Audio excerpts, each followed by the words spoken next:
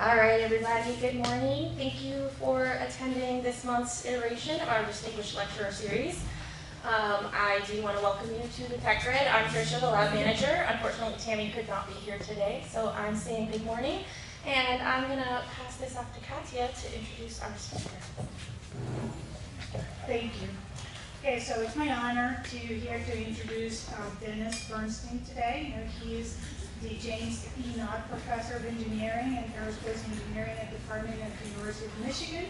He's a graduate from Brown University and the University of Michigan. Prior to joining the University of Michigan, he was employed at Lincoln Laboratories and Harris Corporation. His interests are in all aspects of systems and control and aerospace engineering. So just to say, just a little note, I've known Dennis now for a number of years. The theory and applications of all the work that he's developing at University of Michigan actually has naval applications, and we actually things that we care here at Knott. So it's a great pleasure. Please help me welcome Dennis. Yeah, it is a real honor to be here. Actually, it's my second visit, but we didn't get this much the first time. And I would just say, when I think of China Lake, I think GNC. That is what we do. All right, now if there's anybody who doesn't know anything about GNC, that's perfectly fine. You can just believe everything that I'm about to tell you. But I have a bit of a story to tell. And as you're going to see, it's a 40-year story that led to where we are right now. And I am going to say a few things that are a little bit controversial. And if you don't notice it, that's okay. If you have any questions during the talk, I may give quick answers, but I'm happy to answer anything at the end of the talk. So please save up questions. This is our aerospace department at the University of Michigan, if you ever saw us, and we've had visitors in this room. And I can't omit the football stadium. And Trish lived and worked in Ann Arbor, so she can vouch. It only fits 110,000 people.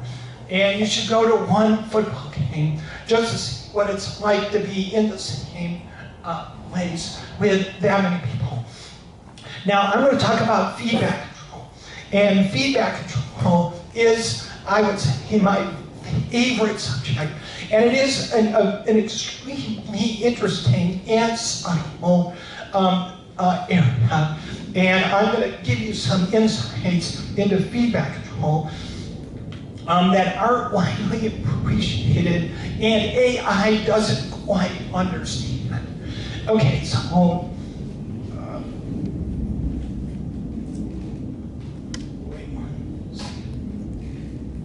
there we go.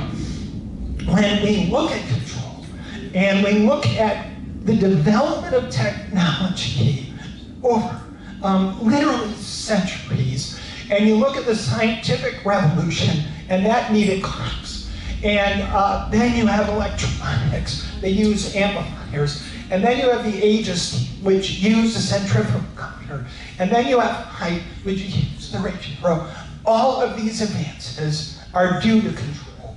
And what that means is when you look at a major advance in technology, you can often find a control aspect to it. And then in the present, you have autonomous vehicles and robotics and renewable energy and biomedical applications. And all of these take advantage of control. But what we're focused on is the future. And we have these applications in the future, and these lead to new challenges. And in this talk, I'll be hinting at some of those challenges. Now, if you look at an aircraft, I got a Navy aircraft for this visit. And then when you design an aircraft, there's lots of modeling that needs to take place. exercise. And that may involve the structures and the thermal and the aerodynamics. And there are a lot of CFD and wind tunnel testing that goes into these models. And then you would think that you could take all of this modeling and you could use it to develop your control system. And that would need information about mass properties, your aerodynamics, and your structural, and obviously your sensors and actuators. But when you're a GNC person, this is what your model looks like. And when you look at this model, it actually is pretty complicated. And we would call this a linearized model because it uses stability derivatives like Cm alpha. And these stability derivatives are basically linearizations of your aerodynamics. But actually, this model isn't as linear as you might hope, because each of these stability derivatives is actually a function of your angle of attack and your Mach number, and maybe even other variables. And that makes this quite a non-linear model. And then in addition to that, you have all these sines and cosines, and these are what we call kinematic nonlinearities. So when you look at these differential equations, they're actually pretty complicated. They are nonlinear. And this particular model is a 2D model, and that means that missile is flying in a vertical plane.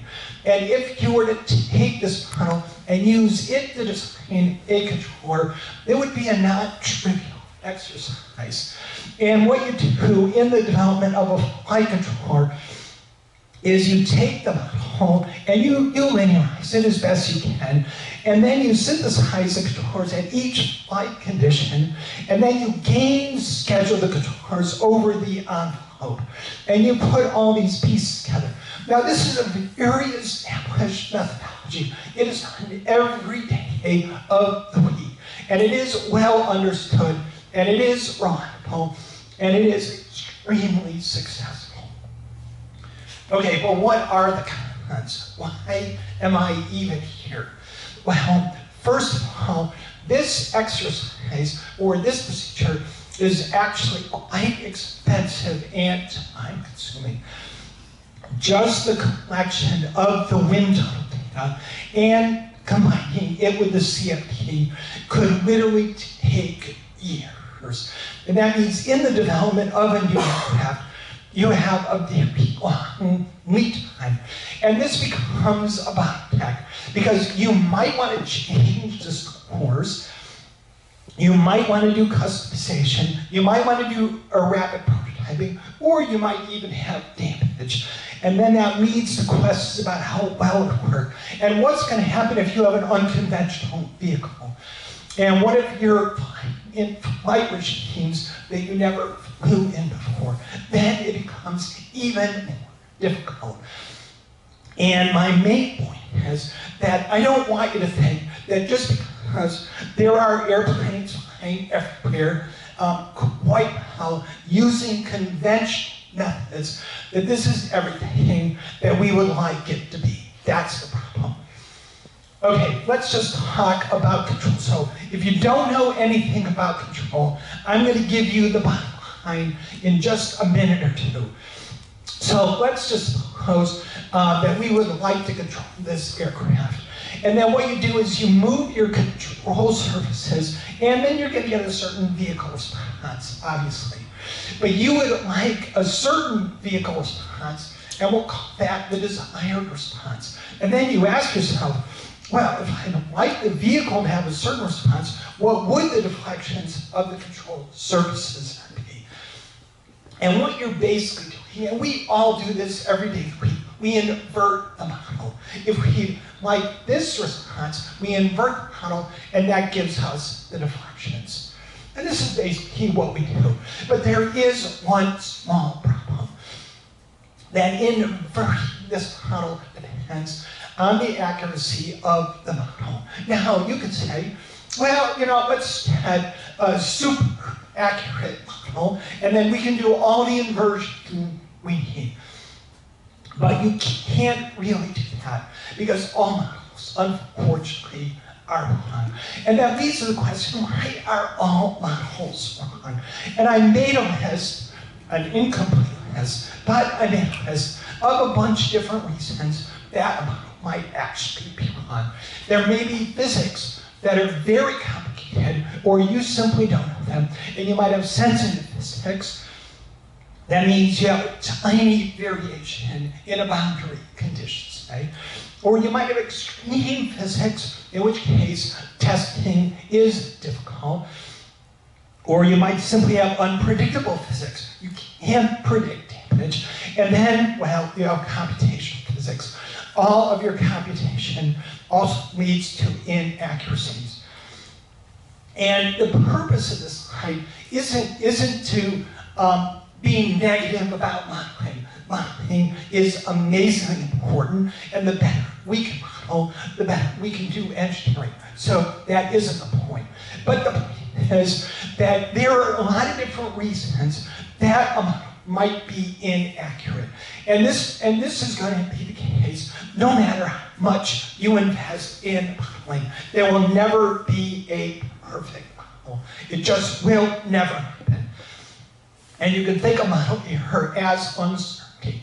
So this is where feedback control comes in. In feedback control, what we do is we take our aircraft, I'd walk over there, but I would get a little bit of negative feedback, although it's actually positive feedback.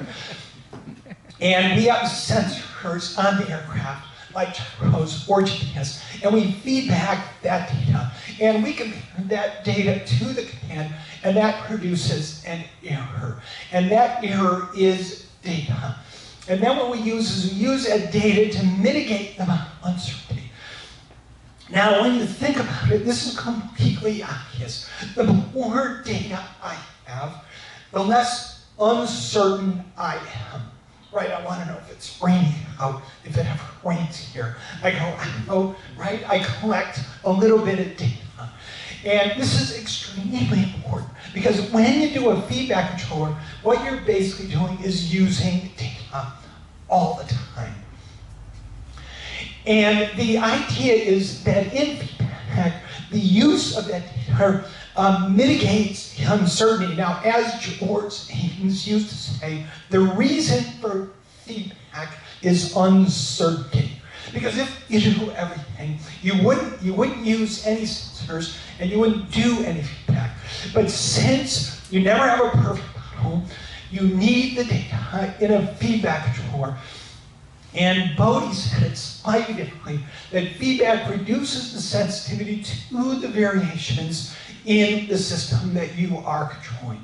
So if your mass properties or your aerodynamics, you know them only in 5% or 10% or maybe 50%, that data is helping you. And I was asking AI exactly why to use feedback. It doesn't really know. But I need to make a very important point. Feedback is amazing, as you can see by what these people are doing. And when people look at these diagrams, they might be inclined to think that feedback is violating physics.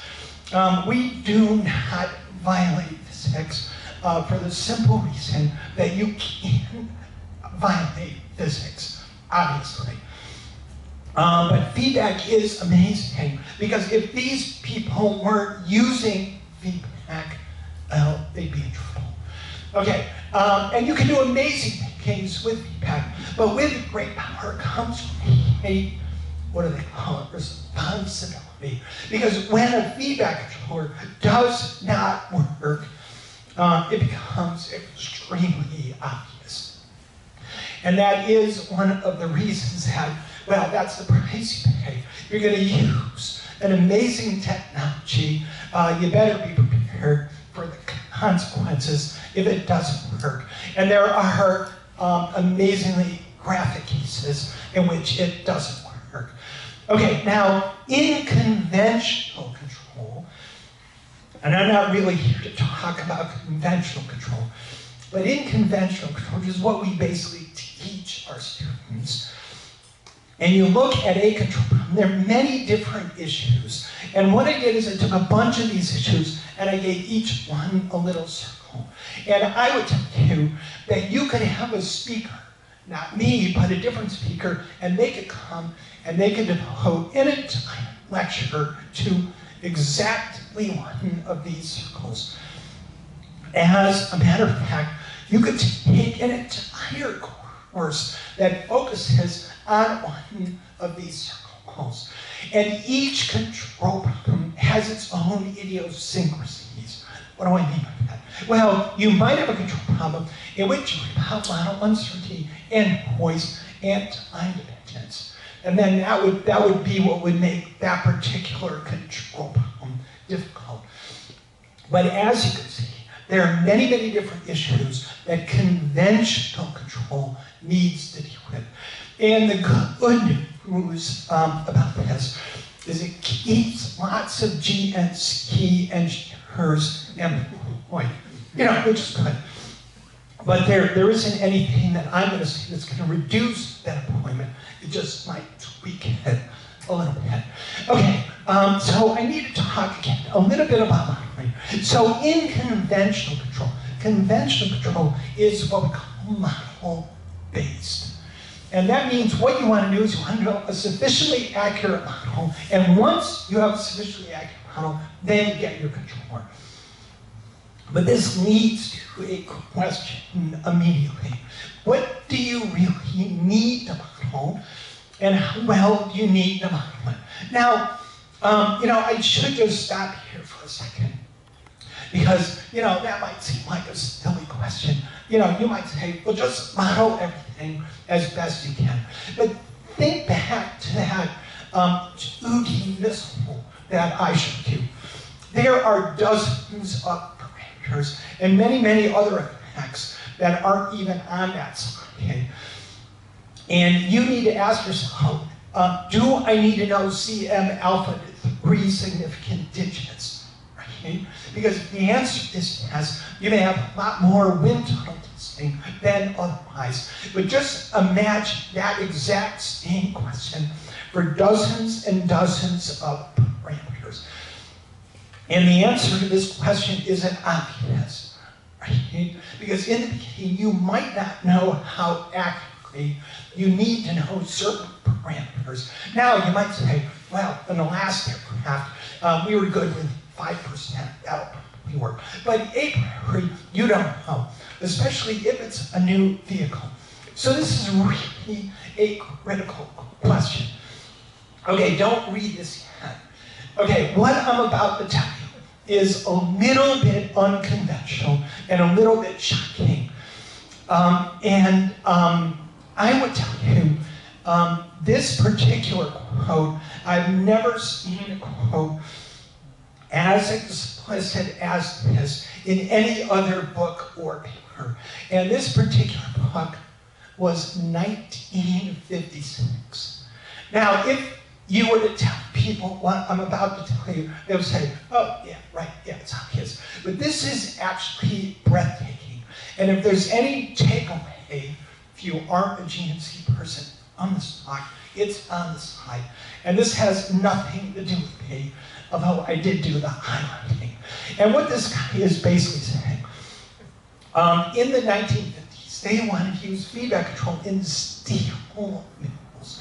And they make these rolls of steel, and they have to worry about the temperature, and the thickness, and the speed, and all of these little details. And it is an extremely complicated materials process. And what he's basically saying is the semi-miraculous aspect, not my words, of feedback becomes apparent. Feedback control will correct the deviation no matter what is causing it. The regulator is unconcerned with causes. Now, this is interesting. The error may even arise from a factor whose influence has never even been properly determined, like you didn't do a good enough job modeling, or even a factor whose existence is unsuspected. You don't even know that there is an error in your model, but a good feedback controller will fix it. And this is kind of amazing, because what this is basically showing is that feedback control is completely different in spirit from structural modeling or propulsion or aerodynamics, because in aerodynamics, what are you trying to do? You're trying to get the most accurate aerodynamic model that you can possibly get. That's what you go to work. That's why you do what you do. That isn't what feedback control people do. What feedback people want to do is to get good performance with the least amount of modeling information. Because if the model is wrong, or if the system changes, the feedback controller will fix it. That's the philosophy. And there isn't anything about this. 1956, it was said right here. Anyway, so here's the point. Some things need not be modeled well. Other things need not be modeled at all. You don't even need to model them. But here's the question: how and which things? We don't know the answer to that a priori, right? If you give me an aircraft and you say, how accurately do I need to know spin alpha? I don't know. Now, I can do lots and lots of Monte Carlo simulation, but I don't know the answer to that question. So this is what I'm going to do here. Let the controller figure it out. So let me explain it. Okay, so this is an F-16. Where's Trisha? I might need you to start this. I don't know if I can do this from here. So this is an F-16. Now this is a simulation that's open literature. We didn't develop the simulation. And what I'm about to show you is only a simulation. Nobody's going to give me $100 million aircraft to show you what I'm about to do. And here, wait one second. And then what we're going to do is we're going to use an adaptive controller, which these guys here know about. And we're going to control this aircraft. And in the beginning, we are going to have no model. Right? Nobody's going to give me an F-16 to this. But in simulation, I can do it. Okay, see if you can run it.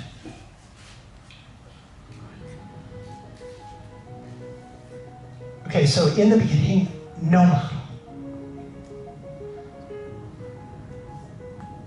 All right, you can stop. By the way, I apologize. Yeah, I apologize for the Air Force airplane, but there's an improbable event here.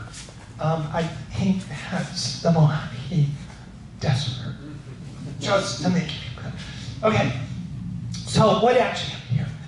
This box right here is a little piece of the model, because this particular controller, it is learning as the aircraft flies.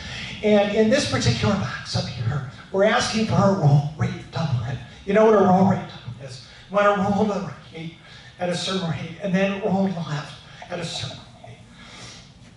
And in the beginning, we're not asking the aircraft to do very much. And when you look at the model, not much is happening in the beginning, because the aircraft doesn't need much of a model. But once we ask the aircraft to do this roll rate, notice that what isn't much activity here, all of a sudden there is a lot of activity. But what's most interesting and a little bit surprising is notice when the roll rate doublet kicks in, these curves move almost instantly. And this was surprising to us because this is showing that the ability to learn is actually quite rapid. And people didn't know that.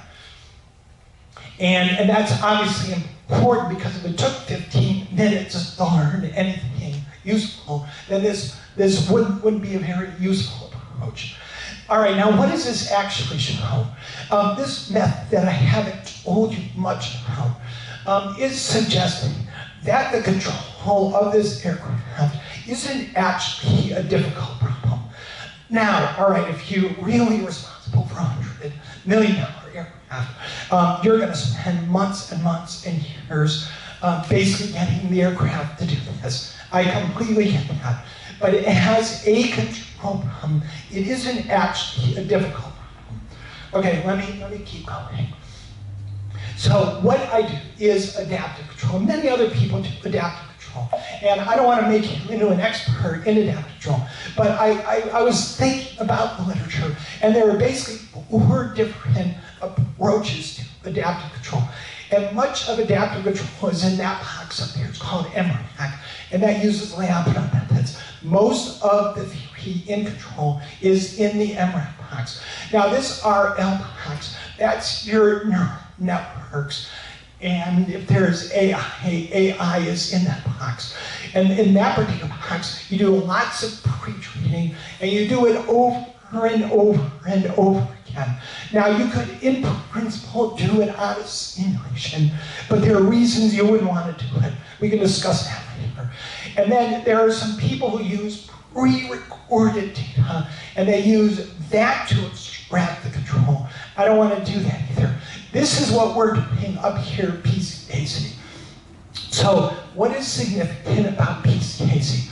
Well, what is significant about PCAC is that if you were to think about what method to use, that would be the last one that you would use. And that is one of the reasons that it took my research group that many years to use that method. Because it's such a simple method, you wouldn't think it would work.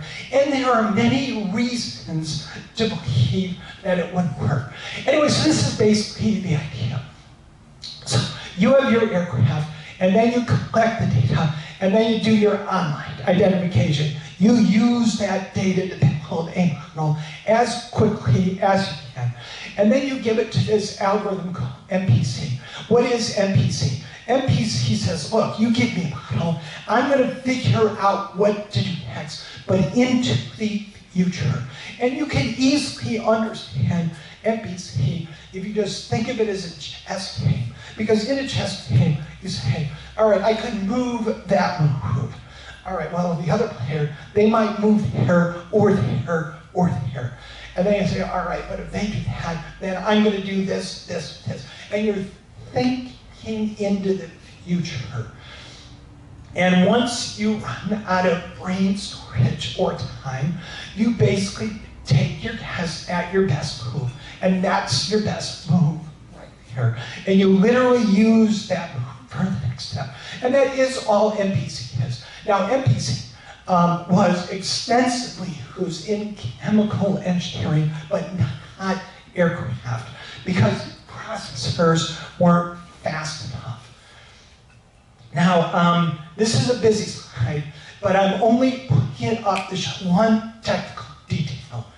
Because in this learning process, you're constantly collecting data and you're updating a model. But the system that you're IDing, that could change at any time. And what you might realize is the system has changed, and that means the older data, the old data, isn't that useful. So what you do is you discount the old data with this parameter lambda right here. And like I always like to tell people, in engineering, we're all engineers here, right? It's the little details that make a gigantic difference. You see this subscript K on lambda. That means that every single step, that lambda might be slightly differently. Now, usually, if there isn't any forgetting, lambda is equal to 1. But you can take it and you can reduce it, and then you can bring it back up, but you can do it adaptively. And that makes a big difference. That's one of the things that we discovered. Okay, so in 2021, with ONR support, we wrote this paper on predictive cost adaptive control. And in the development of predictive us adaptive control PCC. We had a lot of experience with something called RCAC, and we knew what to look for. We were testing it, and every time we tested it, we realized it was working better than we expected. Now, I could go into detail, I don't have time, but I tested this, and every single time I was very sure it would not succeed, but it was working. All right, now at this particular point, you would be wondering, if this is such a great idea, why are we discovering it and not anybody else? I mean, are we like just all of a sudden find something that everybody has? Well, no. Actually, people didn't discover it. There was something called GPC. Now, we didn't understand it at the time, but we understand it quite well. So GPC is generalized predictive control. GPC, the main papers were 1987, almost 40 years ago. And then in the mid-90s, it was a version of it was actually flight tested by the Air Force. And then NASA used it for noise control. And people knew that GPC worked. Now, I didn't know it. I was vaguely aware of that paper, but I didn't understand it in the 1980s. Now, you need to realize this is like a generation ago. But it was so if it was such a good controller, why didn't it just take off? Well, there's this book. And this particular book, which I knew about this book, I hadn't read it until recently. This book says GPC is successful, but there is a problem with GPC. It's difficult to analyze. Now, would you be surprised that a method that happens to maybe be the most promising is the most difficult to analyze? Wouldn't it be better to analyze a method that maybe doesn't work as well, which is basically the way science works. But I don't care if the method works, I'm going to use it. But it's difficult to analyze. And then in MPC, the first word of MPC is model, and you would think MPC needs a good model. That's what I was thinking. And in order to get a good model, you need something called persistency. You need to push on a system in order to get a good model. And then you need something called propane in order to get enough persistency. PCAC uses absolutely no propane. And now the question is, how is it even possible? All right, now I'm going to get into slightly controversial and really ought to be surprising if you're a model-based person.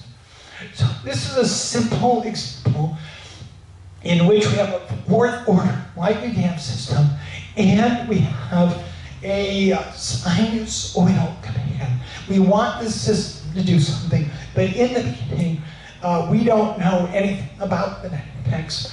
And if you did this with base control, you would need a 12th order controller. And we're going to ask PCAC to do this with a third order controller. And what we find is that PCAC produces a model that is actually quite accurate at each of the frequencies in the command. Because this is what PCAC decides it needs to know. Everything else it doesn't need to know.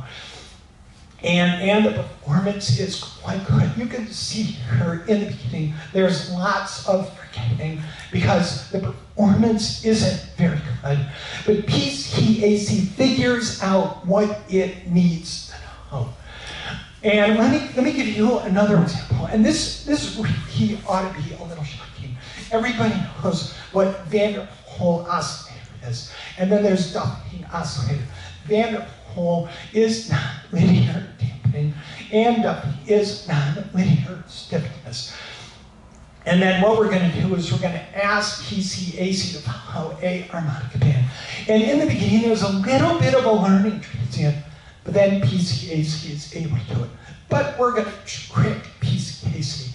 At that particular time, we're going to take the Vanderpool oscillator and we're going to switch it to the ducking oscillator. PCAC doesn't know what we're doing to it. And it switches over to ducking and it misses a P. And all of this is done with a linear model. And you can look at the coefficients, and these are the coefficients of the model, the best model that PCAC thinks it needs. And then you can see the forgetting, it drops down, and then it goes up, and then it drops down. Okay, now let me show you a physical experiment that we did in my laboratory. And this is what we call a Ricci tube. And a Ricci tube is just a meter-long piece of glass tube. And then you have a heating element here. And then you have a microphone up here. And then you have a speaker here. There are literally hundreds of papers on the Ricci tube. But it's very easy to build one in the laboratory. Now, you could model the Ricci tube. And you would imagine, well, I mean, how difficult could it be to model a Ricci tube? Actually, it is quite difficult. The linear acoustics in the duct are not a big deal, even though you need to worry about obstructions. But you have the heat release. You have the heat release of the heat element and all of its geometry. And there are many, many pictures that model the Ricci tube. So if you wanted a sufficiently accurate, oh, Rich, I'm going to need you again, of the Ricci tube, you would be working at it quite a bit. And even if you got such a model, you would need to figure out how to use it. Now, what we're going to do in this experiment is something that you're not supposed to do. We're going to control it without any model, like we did with the aircraft. But now it's just a Ricci tube. Now, I want to point out something, that in the beginning, everything is at room temperature, and then we give the voltage to the heat element, and then it warms up. And then you're going to see oscillations are going to build. A Ricci tube will make a lot of noise. And you see this dashed red line here. When we reach that dashed line at 20 seconds, PCAC will start. Up until that time, it knows absolutely nothing about the system. It's just completely sleeping. And then what we're going to do is we're going to turn PCAC on, and we're going to see if it's able to suppress the oscillations in the Ricci tube. Now, I should warn you, the results are surprising. And when my student showed it to me, I didn't do the experiment, I was just absolutely shocked. Okay, please.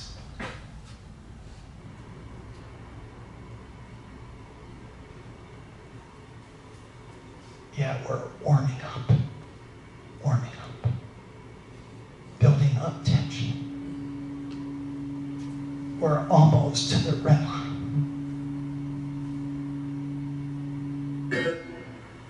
All right, that was fast. Okay, you can stop it. Yeah, that was amazing. I never expected that it would suppress the oscillations in a Ricci tube. That fast, how fast wasn't it? But I'll show you that in a second. Since I didn't believe the results, I had the students move the microphone and change the voltage to the heat element. And it's easy to do this, and they did it 9 times. And one of the things that you notice is the spectrum of the open loop signal is different every time. This is sensitive physics, but we controlled it in every time, and PCAC was able to suppress it. Now, I think the one I showed you is right here, and that was 1/6 of a second. Now, in this particular case, it's almost 1.5 seconds, but it figures out what it needs to do in each individual case. And this is what really made me think with this method. Oh, I'm sorry, Trish, one more. You know, maybe you should just I'm not picking on you because you used to work in Ann Arbor. Yeah, in an ONR grant, we're doing flow control. Wait one second. And there's a jet here, and you're going to see a bunch of separation. And it'll separate, I don't know, maybe over here somewhere. And we're imagining we have a bunch of sensors, pressure sensors. And what we're going to do is we're going to say, we don't like the separation point. I mean, who likes the separation point? We're going to move the separation point to a different location by using that jet. All right, go for it. Yeah, look at that. All right, so that's a separation point, but we want to move it. And you can see it's bouncing a little bit. And it moves the separation point. Not perfectly, but it moves it. Yeah, and then you can do other things. You can take the angle of attack up here, and you can start messing with the angle of attack, and you can see a PCAC. Yeah, you can stop it. You can see a PCAC is able to maintain. No, there might be one more.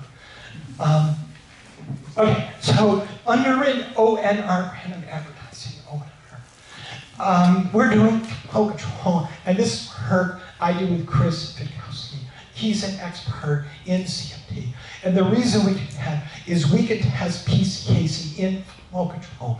And one of the things that we were working on is a quanta actuator, in which by opening and shutting these valves here, you can get moments on the airfoil.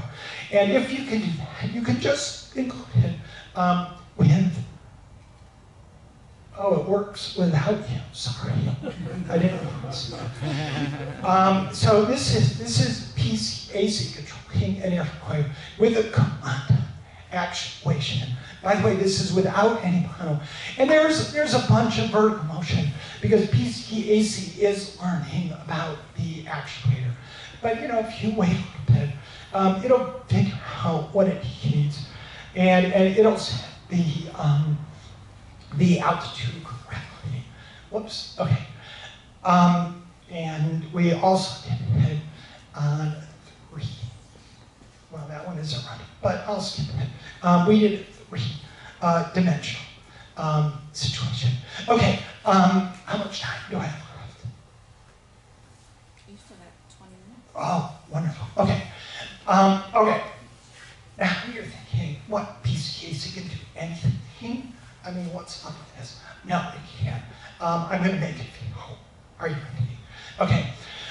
In this particular example, and we figured this out by experimentation. Look at this example right here. That's basically a linear oscillator. But look at the coefficient of the input. It's the sine of x.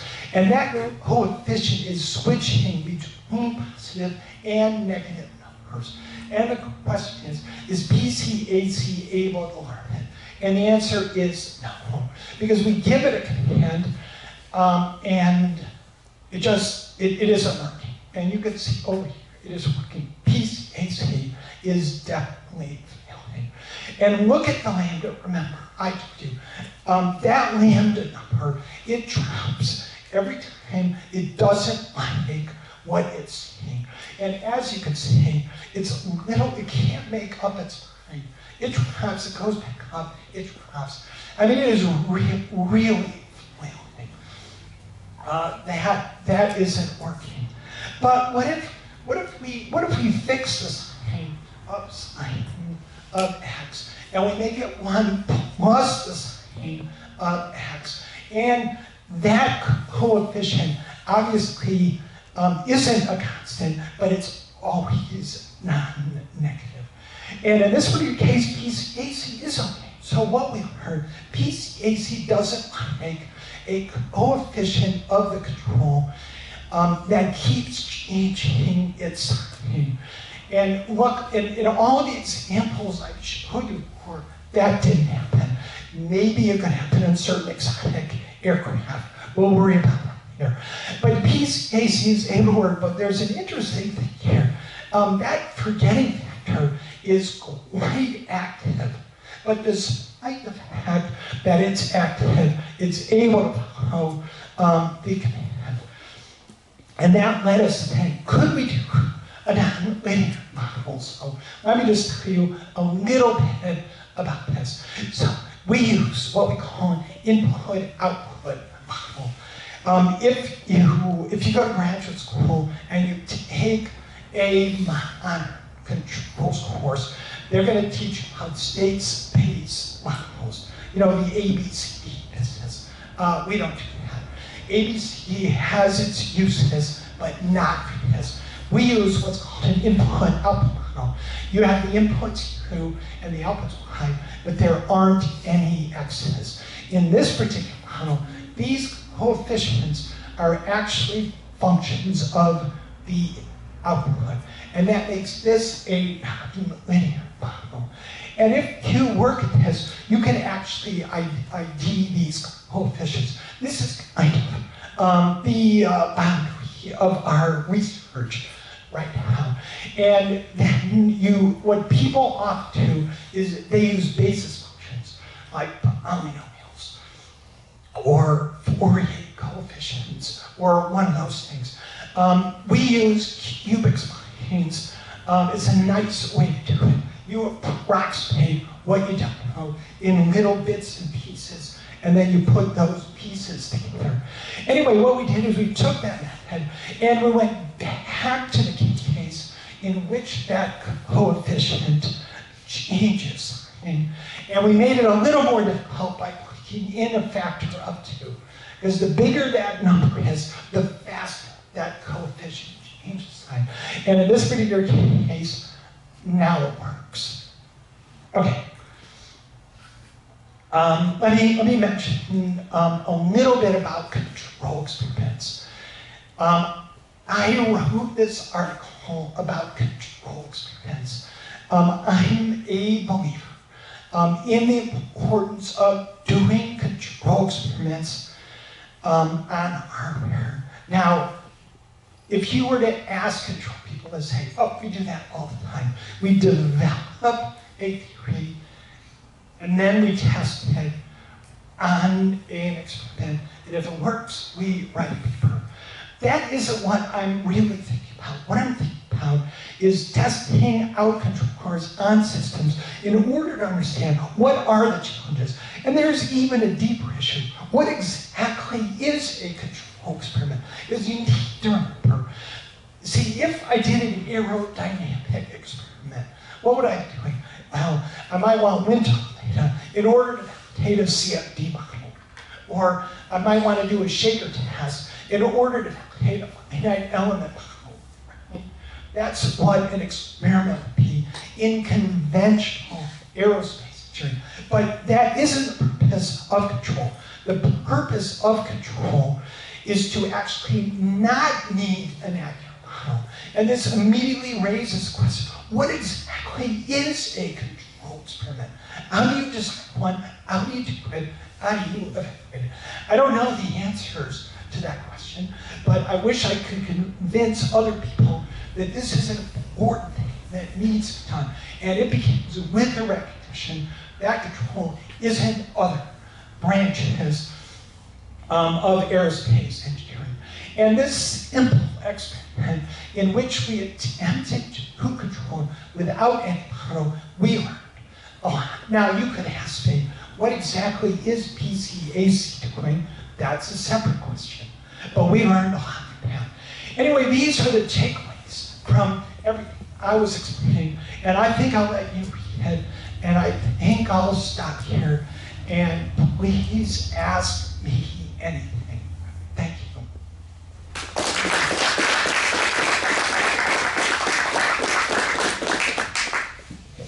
You had a control surface that could only exert so much torque. You can't control it. In other words, you have to have, the controller has to have the ability to counteract the negative or disruptive activities. And so how do you quantify that? Okay, yeah, you asked a great question. Everything that I've said today is predicated on the assumption that you have, not you personally, but somebody has designed the aircraft with sufficient authority in order to get the vehicle to do what you like it to do. Because PCAC is not going to make up for the fact that you need a certain number of Newton meters, and you just can't get it. Now, if you design an aircraft, let's just say in simulation, and you use actuators that give a certain number of Newton meters, PCAC will do the best that it's able to with that magnitude saturation. And if that isn't enough, then you redesign the aircraft. But the good news is you can do it very, very quickly. Did I answer your question? Yeah, you did. I have another one. Where does the concept of controllability and observability come into this? Yeah, I don't think you're going to like the answer. Controllability and observability in the strict textbook sense is a property of an ABC realization. There aren't any realizations in this talk. Everything that we do is with an input-output. But I'm not getting off for free. We make the assumption that we have sufficient actuation, like ailerons, elevator ailerons, or whatever, that we can make the aircraft do what we want it to do. So it's built into those input-output models. But strictly speaking, we don't need to worry about controllability and observability. It's all I/O models. It isn't what they teach in the classes. I hope I answered the question. Other questions? Yeah. She's got a mic. You ask everybody wait for the mic. We have people attending online that cannot hear you without it. So, obviously you probably can't use normal analysis metrics on PCAC. Are there any specific stability metrics that have been designed to evaluate this type of controller? Why don't you ask me a hard question? Yeah, that's a good question. First, I'm going to give an answer. Nobody's going to like it. This concept of controlling a system with almost no model. All right, now it does have to have simulation because you got to set certain parameters like model order, forgetting windows, and whatnot. But what we're basically doing here is we are controlling a system that we know almost nothing about. And it is a little bit of a shock. When PCAC is controlling the Riki 2 or the F-16, it does not know what it is even controlling. Okay, and that leads to many, many questions. And what you're basically asking is essentially the reason that in the 1980s, people didn't want to mess with this. All right, so what I'm arguing is that if you'd like to accelerate the development and the testing and the design, or maybe even the robustness of a vehicle that gets damaged, this may be a way forward. Okay, so you're asking, what are the stability metrics? Well, all right, that could easily be like a dozen PhD dissertations. But it's a valid question. Because when PCAC is working, it's basically has a zero model. You know, that would be like me balancing this. And in the beginning, I have no model, but I figured it out. Okay, but what I was worried about is that in the beginning, when PCAC has a very bad model, it'll immediately try to give the system unstable. I absolutely expected that. I mean, this is going to be the end of the research project in a week. But that didn't happen. And let me tell you why I think that, and I have no proof, but why I think. Because in the beginning, when PCAC starts identifying the system, there's no question. Those controls are absolutely awful. But PCAC with MPC is producing inputs to that system. And they aren't random inputs. They are inputs that are being driven by two things. The last input, which was lousy, and the actual system. So it actually turns out that as PCAC is attempting a control system with an off model, it is actually learning quite rapidly. And I had mentioned, this is a technical point, that PCAC uses no probing. Probing would be like if I were going to shape this in order to learn it quickly. We have attempted many times in order to implement probing methods. We tried at least a dozen, and we have never been able to implement any probing method that improved the performance of PCAC at all. And that leads me, now there may be a method, but that leads me to believe that PCAC is doing like self-generated persisting. It's learning from its mistakes efficiently. And that's the reason it's basically able to get the F-16 to do what it needs to almost instantly. But that's intuition that isn't proof. Now look, if you need proof, you can wait another 40 years. But that isn't why I'm here. Because you, not you specifically, but just try it for yourself. And they knew it in the 90s. But computers weren't that fast, and you have a million competing ideas, and then you have people who specialize in control theory, right? And what does it mean? What does it mean to do control theory? It's basically math. And in order to do control theory, you need a proof. And I could submit this to search journals and say, you have no proof. And I go, yep, that's right, except that it works. Right, so it's a different kind, takes a certain amount of cuts, and it definitely goes against the way control is done. And I'm willing to take that risk. I don't know if other people are. And anybody could do this. A good graduate student could get this working. Well, he's got it working, right?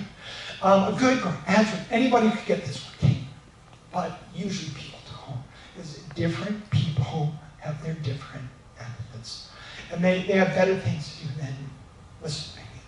But I'm just telling you what we've discovered. What's kind of ironic, those papers in the 1980s, I got my PhD in the 1980s. I could have done that as my dissertation. But live and learn, better late than never. Other questions? Thank you for asking that. That was a great question.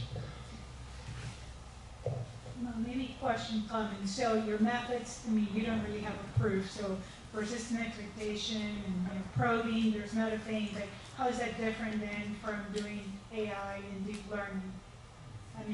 Is a data-driven method? I don't know what your comments That's a good about. question. Is it okay if I say something negative about AI? Okay.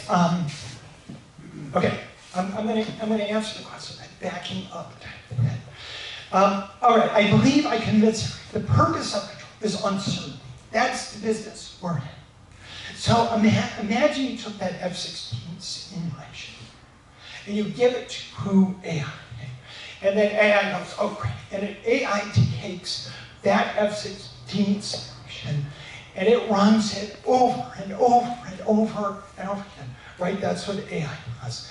And AI develops this amazing feedback, which I'll bet it could. I would maintain that's a complete waste of time. Here's the reason. That simulation of the F-16, I don't care who worked on it, how much effort they did with that model is wrong. Right? It's very wrong in many different ways. But it's even worse than that. Because if you take that AI controller that you trained by running it over, wow, you have the most amazing controller. And then you up that aircraft, so you got one Mach number. Now you take most airplanes fly at more than one Mach number. All right, now you take that aircraft and you fly at a different Mach number, at a different angle of attack, at a different altitude. Is AI gonna, well, maybe you could teach it. Okay, now you burn up some fuel. Right, now you have that aspect. And I don't know, maybe you have temperature changes. If you were going to train an AI controller to take into account every possible aspect of, and the AI will never learn anything from the actual airplane, that's fine.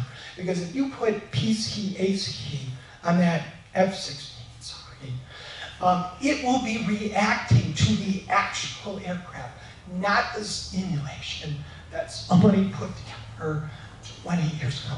And that is the reason that AI cannot do this. We are interested in working rapidly online in response to the physics that not only is it not modeled, but cannot be modeled. Nobody. There are aspects in physical systems that cannot be modeled, can never be modeled. I mean, that's just a belief. The real world is more complicated than any model can ever capture.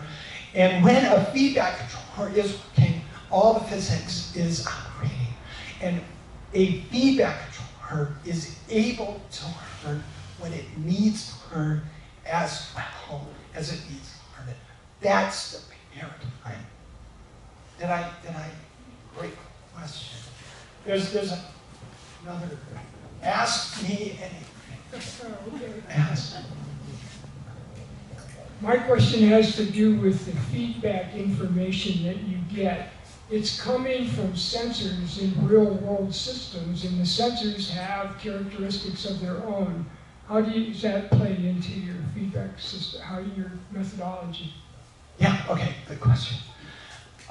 You know, if you want your feedback control system to do something, like give you a certain Mach number, you need a pitot tube, right? So if you have a pitot tube that you didn't even calibrate, and you ask for 100 feet per second, but your pitot tube thinks 90 feet per second is 100 feet per second, BCAC is going to find you at 90 feet per second, right? It only knows what the sensors tell us, what the sensors are able to tell us. Now, we make a distinction between performance sensors and what we call auxiliary sensors. And we wrote a paper in which we had a bunch of sensors. All of the sensors were working except angle of attack sensor. And we said, you know, PCAC uses the angle of attack sensor, and then all of a sudden the angle of attack sensor stops working. And we didn't know what would happen. You know, we asked for a certain altitude, a certain Mach number, but the angle of attack sensor is completely wrong. What would PCAC do? It would say, oh, the angle of attack is wrong. But what and we have a paper on this in the ACC in month of May. PCAC just ignores the angle of attack sensor because it looks at what you ask for the performance. Any other sensor, it uses it if it's helpful, it ignores it if it isn't. Now, if you're asking for a certain angle of attack, and your angle of attack sensor fails, yeah, then you're out of luck. Then you're out of luck. So some of the systems we're concerned with are things where you might not get to the point where PCAC has learned before a disaster occurred. You know, things just happen too rapidly, and the system goes out of control. Have you done some thinking about how to get through that difficult period? All right, these are the best questions ever. You know, nobody ever asked me, and I was waiting for that question.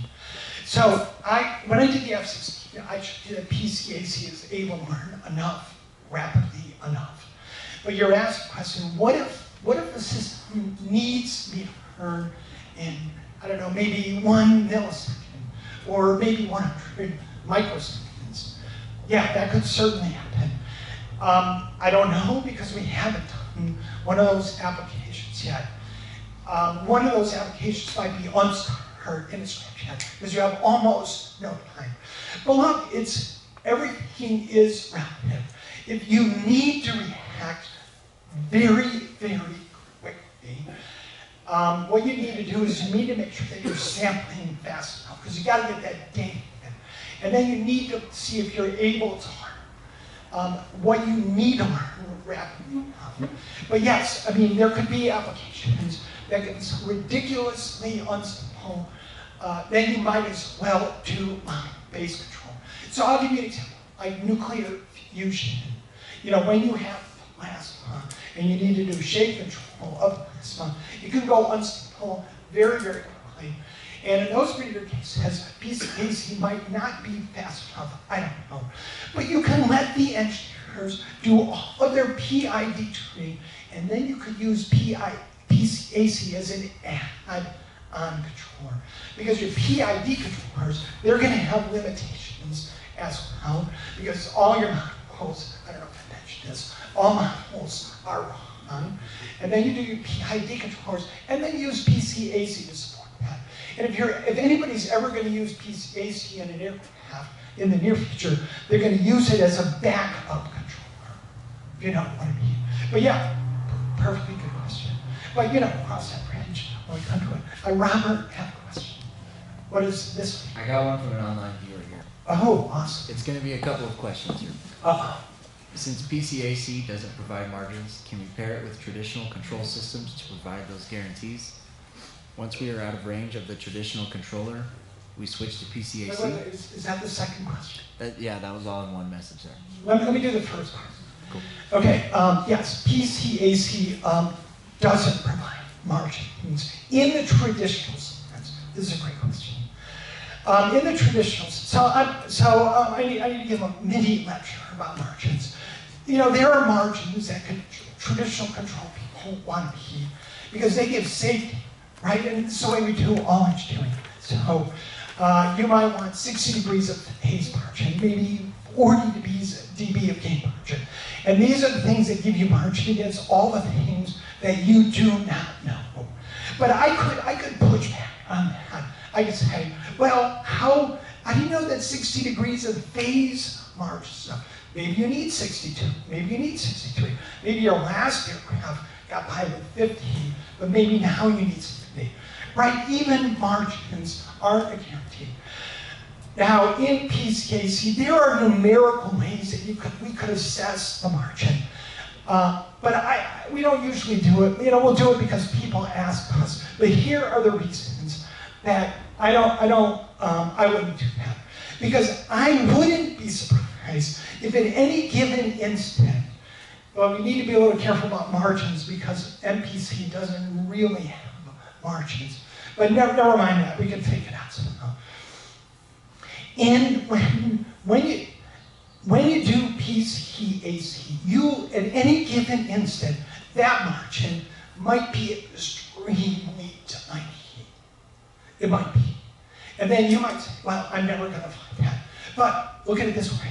There are control problems. People have known how, based on sensor actuator configurations, where the best fixed gain controller can only produce very tiny margins. That will make no difference to PCAC.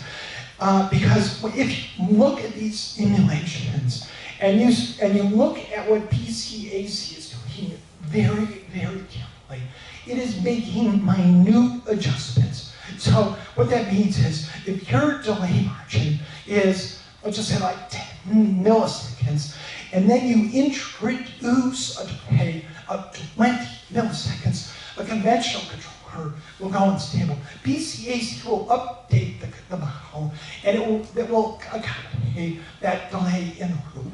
PCAC does not care about delays in the loop as long as it doesn't preclude the ability to do stabilization. What was the second question? Once we are out of range of the traditional controller, we switch to PCAC. Yeah, fine with me. Yeah, I like that phrase, on range.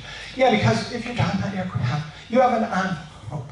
And when you get to the edges of the envelope, I mean, almost anything can happen. But what if you go to the edge of the envelope and your controller, maybe you need to, maybe somebody is chasing you or something. Yeah, maybe PCAC could give you a bigger envelope. All of these could be checked in simulation, and then you could make the decision about whether the expansion of the envelope warrants it. But I like that scenario because you're not relying on PC casing as the main controller, but you're using it in the event of a situation that you weren't able to take into account. Yeah, absolutely. Yep. Are those the only ones? I have one more. Okay. Same Okay. cluster here. So, can we use traditional control to validate PCAC control commands during the learning period? I don't think so. Because PCAs will often do things that, I hate to say it, are difficult to understand. So I'll take this case, that Riki 2. We have computed many metrics. We've looked at spectra. We've done all kinds of analysis in order to understand what is PCAC actually learning that allows it to suppress that oscillation in a 1/6 of a second. We were not able to figure out. Now, maybe that's an extreme case, but there are other cases where PCAC will put poles and zeros in the model, and it is not obvious to us. Although we have some conjectures, and we're always looking, but it'll develop a model that it needs to develop, and it'll be correct. So I can give one quick example. So we were giving 7-point commands, and so you may have 4th, 5th, 8th order system, and you know what a 7-point is. You're just going to a certain altitude or Mach speed or Mach number. And PCAC would be producing models that made no sense to us at all. All the poles and all the zeros were completely wrong. But and this is in the paper, so I'm not making this up. As I asked him, I want you to compute for each model the DC gain of that model. Forget where the poles and zeros are. Just compute the DC gain. And you can actually see the DC gain of how converge to the true. So PCAC was focusing on exactly one thing, the DC gain, because that's all it needed. And if you do the same thing with harmonic band or even harmonic disturbance, what you will find is that PCAC will produce a model that is accurate at one frequency.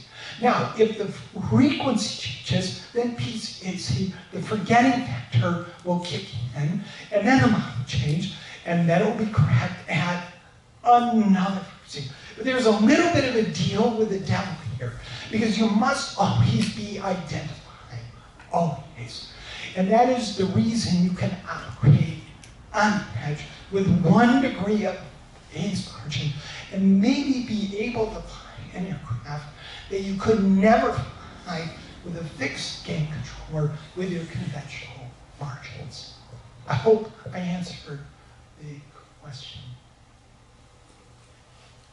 Robert had a question. Yes, thanks. So it seems like there's some kind of maybe like nonlinear least squares type of thing going on here as far as the cost function that's being used. How concerned are you, or how robust is the system to the is it like local minima in the parameters? Yeah, okay, good question. So most of what I showed you, other than that non-linear stuff, the identification is RLS. RLS is just the Kelvin filter, right? You heard from me. It's difficult to find that statement in a book, but it's true. RLS is basically a simple filter. It's very fast, and there's nothing exotic about the Kelvin filter. So that is, it's basically batch least squared, broken up into pieces. In a way, that's what Kelvin filter is. Okay, in the MPC, that uses quadratic programming. And there are various ways of, if you do MATLAB, it's just one product. But that is a convex problem. Where it gets interesting, and this is an answer question, I shouldn't stand here. When I did the non-linear with the cubic splines, that model is non-linear. And that means the MPC is not linear. And that's just wide open. So, you do oculos for non-linear MPC. You could do something like that. We have a different method. In that particular case, yes, you could get local minimizers. But let me just leave on a positive note. You know, I was kind of an optimization guy for my dissertation, and we went around saying, oh, we got local minimizers, what do we do? Usually just run it, and it works. I think even if you don't get to the global minimum, it really doesn't make any difference in what we've found. So I wouldn't, there are many reasons not to do something, but sometimes you just gotta put it out of your mind and just do it. Like, we don't use propane. I thought this will never work without propane. No, it works, doesn't need propane. So just, you gotta just go for it. But yeah, local minimizers. And there, I could give you other reasons that PCAC should not work. For example, PCAC uses closed loop system identification, and that's a difficult problem for other reasons. PCAC doesn't seem to be affected by that. So that's a great reason. Are there any examples where you found one local minima and then would spontaneously drop into a lower minima? Well, I wouldn't say we've got a gigantic number of examples. We're using like an iterative, non-linear model predictive control. And we ever seen that? Yeah, maybe sometimes you'll see it go down, and then you'll see it drop. We found it to be quite reliable. You know what fixed point iteration is? Yeah, what a fixed point iteration is basically xk plus 1 is equal to f at xk. And then all the analysis books tell you, if that f function is a contraction, you will converge. And that makes you think that if that f function isn't a contraction, you won't converge. No, you gotta just forget. You gotta just forget. Great question.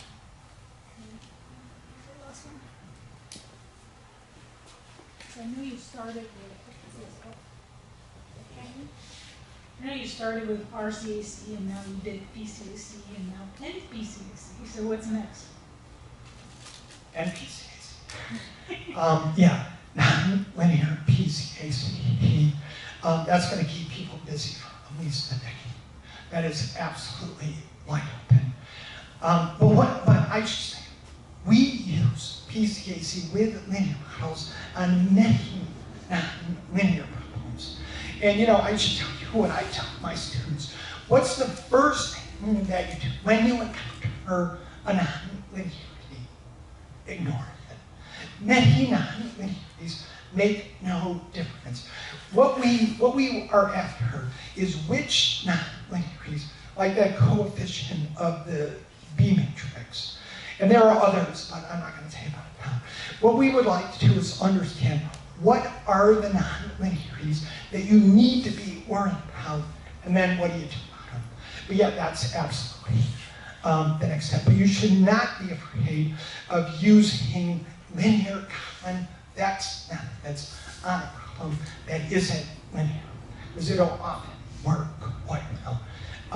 It's called breaking the rules. And then you just, what happens?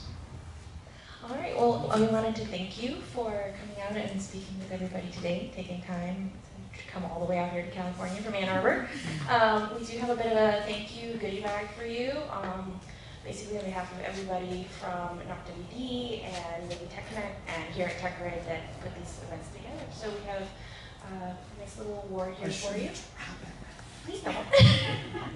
Oh, And then a goodie bag as well. is there anything I can eat? That's next.